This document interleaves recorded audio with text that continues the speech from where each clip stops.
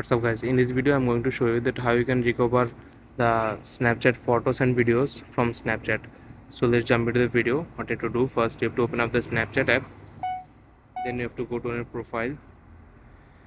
So after going to the profile, you have to go to on the settings option, you have to click on the top right corner, then you have to scroll all the way down here, then you have to find the option called my data, you have to click on it.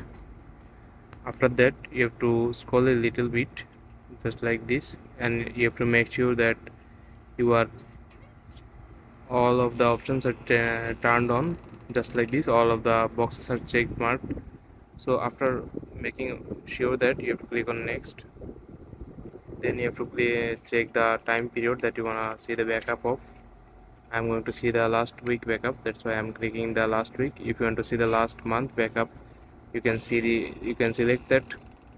So after selecting the time period, you have to put your email address here that you want to see the backup of. They will send the backup file on this email address. So after doing so, you have to click on submit. So after submitting the request, they will send you the backup file after few minutes, like 5 minutes or 10 minutes.